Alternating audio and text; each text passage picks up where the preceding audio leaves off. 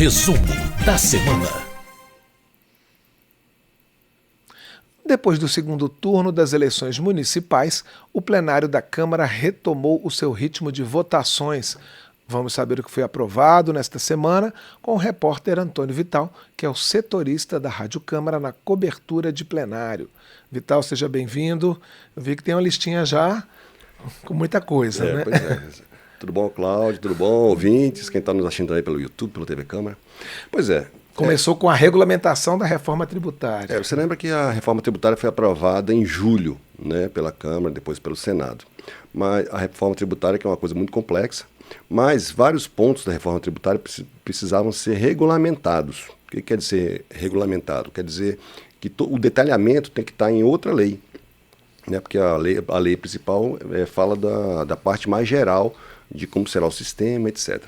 Então, a Câmara já tinha aprovado um dos projetos de regulamentação e essa semana concluiu a aprovação do segundo projeto de regulamentação. Esse projeto regulamenta como vai funcionar o IBS. Se você lembra, o pessoal lembra, o IBS é o Imposto sobre Bens e Serviços. É um dos tributos que foi aprovado na reforma tributária. Ele vai substituir o ICMS, que é dos estados, e o ISS, que é dos municípios. O texto principal dessa proposta foi aprovado em agosto, mas faltavam ser votados os destaques, alguns deles poderiam até modificar o texto. Então isso foi concluído essa semana. Entre os destaques que poderiam mudar o texto, havia um do PSOL, que tratava do imposto sobre grandes fortunas. A bancada do PSOL queria que todo mundo que tivesse bens com valor superior a 10 milhões de reais tivesse uma cobrança de imposto a mais. Esse destaque acabou sendo rejeitado no plenário, ou seja, ficou de fora do texto da regulamentação do IBS. Também houve outras mudanças, foi fruto de acordo com o relator, que foi o deputado Mauro Benevides Filho. Uma delas, por exemplo, ele tirou a parte que tributava aqueles planos de previdência privada, PGBL e o VGBL, no caso da morte do segurado, para quando fosse passar para os filhos, para os herdeiros, haveria uma tributação. Depois de um acordo que permitiu a aprovação dessa proposta, isso também foi retirado do texto. Não sei se você lembra, além do IBS, a reforma tributária prevê outros impostos, né, como o CBS, que é a Contribuição sobre Bens e Serviços, que vai ser federal. Ou seja, todos esses impostos vão substituir os que existem atualmente, que é a PIS, COFINS, IPI, ICMS e o ISS. Parte vai para os estados, parte vai para os municípios, parte vai ser arrecadada pelo governo federal, então simplifica um pouco o sistema todo. E esse processo vai estar previsto para começar em 2026, aos poucos, e terminar em 2033. Então, essa proposta regulamenta esse IBS, que é o imposto destinado a estados e municípios. Ele será gerido por um comitê gestor, com participação de representantes dos estados e municípios, para poder estabelecer exatamente como será a divisão, né? Porque uma grande preocupação ao longo da tramitação da reforma tributária é como se daria a partilha dos recursos, porque nem os estados nem os municípios queriam perder a arrecadação. Então, depois aprovado esse segundo projeto da reforma tributária, a Câmara conclui sua participação nessa proposta e isso vai para o Senado. E aí isso aconteceu e é considerado uma coisa histórica aqui na Câmara esse ano. Tivemos também uma votação na área de meio ambiente, né? Um benefício para produtores de cana-de-açúcar na venda de créditos de carbono a partir da produção de biocombustíveis. Deixa eu só explicar como é que funciona esse sistema. Existe um programa que chama Política Nacional de Biocombustíveis, que também é conhecido como Renova Bio. Ela pretende estimular a produção de biocombustíveis, né, com baixa emissão de carbono. Uma das ferramentas desse programa é a venda de créditos.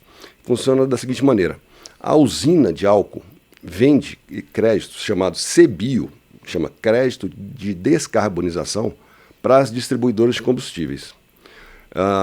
Aí existe todo um cálculo, é um negócio bem complicado, mas em síntese é o seguinte: um CBio equivale a 1 tonelada de carbono que deixou de ser emitido para a atmosfera.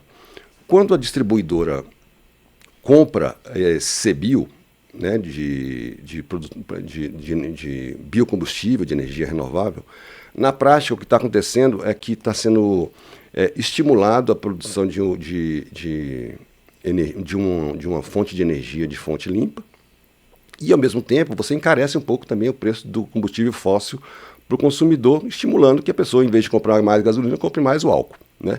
Acontece que hoje o produtor da cana-de-açúcar, que é a matéria-prima da produção do álcool, não recebe nada quando a usina vende esse CBIO para a distribuidora.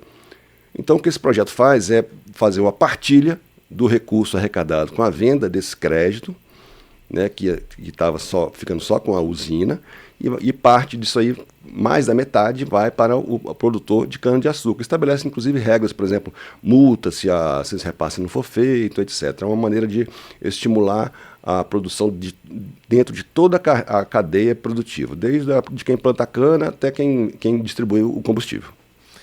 Tivemos também uma aprovação na área de saúde, em relação à saúde das mulheres, uma garantia no Sistema Único de Saúde para a saúde das mulheres. Esse projeto ele obriga o Sistema Único de Saúde e toda a rede pública de saúde a promover um check-up anual para todas as mulheres, né? Isso vai envolver exames, consultas, exames preventivos, e hoje não tem essa obrigação, e a ideia dessa proposta é fazer com que se torne comum a prevenção de saúde, né? Tanto que até o projeto estabelece que, de preferência, esse check-up será feito no mês de aniversário da mulher. Aí tem também outras medidas, por exemplo, campanhas de divulgação sobre a importância de prevenção, sobre a importância de exercícios físicos, de cuidados com saúde mental, até mesmo sobre a divulgação de calendário de vacinas, tudo. A ideia é prevenir a doença, que talvez seja mais barato do que tratar a doença depois, e esse projeto obriga, então, o SUS a fazer esse check-up anual para todas as mulheres. Durante a votação, teve deputados que pediram que isso também fosse estendido aos homens, mas... Que fazem menos check-up do que as mulheres. Esse né? é o argumento de que os homens não gostam muito de fazer check-up, de fazer exame de próstata, essas coisas. Então, mas, por enquanto, esse projeto trata apenas de mulheres e também seguiu para o Senado. Tivemos ainda outra aprovação em relação, infelizmente ainda é preciso assistir o Rio Grande do Sul ainda com as consequências das enchentes que atingiram fortemente o estado em maio, né? Então a gente teve mais aprovação de recursos. Já teve muitos projetos, mais de 10 projetos, mais de 15 medidas provisórias, todas com algum tipo de medida de socorro ao Rio Grande do Sul depois daquelas enchentes de maio. Esse projeto ele permite que o MEC repasse recursos do seu orçamento para as escolas que foram atingidas pelas cheias. Existe um cálculo do governo que são mais ou menos 700 escolas. Dessas 700 escolas, 500 já apresentaram a lista dos danos causados pelas chuvas, e só essas 500 escolas, existe uma estimativa de que os reparos custariam 25 milhões de reais. O que é importante nesse projeto é que esse dinheiro será destinado a essas reformas, não vai entrar naquele cálculo que se faz quando trata do teto de gastos, que não existe mais, mas existe ainda o arcabouço fiscal que estipula um limite de gastos públicos dentro de determinadas circunstâncias. Esses gastos não serão computados por ser emergencial. Essa proposta ela faz parte de uma medida provisória que foi editada em julho. Mas houve um acordo no Congresso que, em vez de a aprovação da medida provisória, seria aprovado um projeto com o mesmo teor. Então, o projeto sendo aprovado na Câmara e no Senado, a medida provisória, que já está em vigor, não precisa ser aprovada pelo Congresso. Nosso último item da lista de hoje é a isenção para medicamentos importados por pessoas físicas.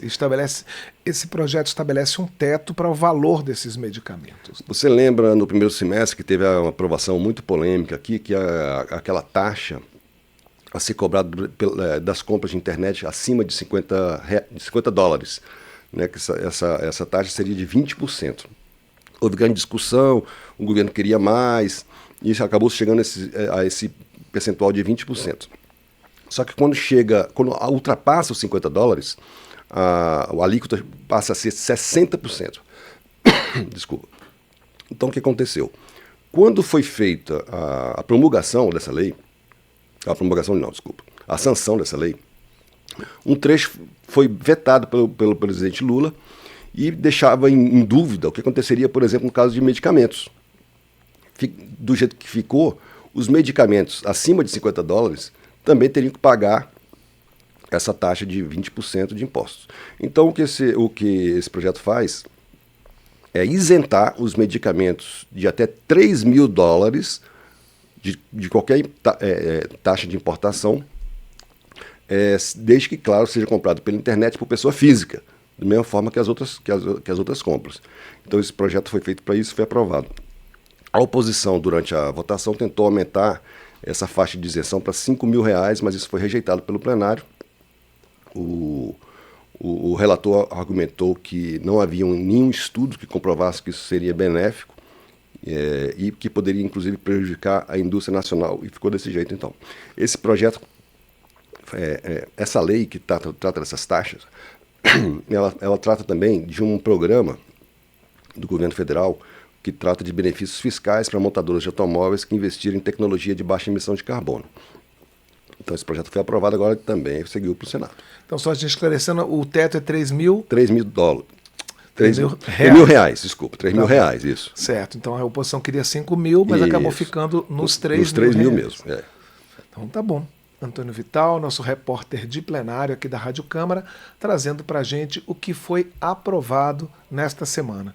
Vital, muito obrigado e até uma próxima oportunidade. Até a próxima, Cláudio.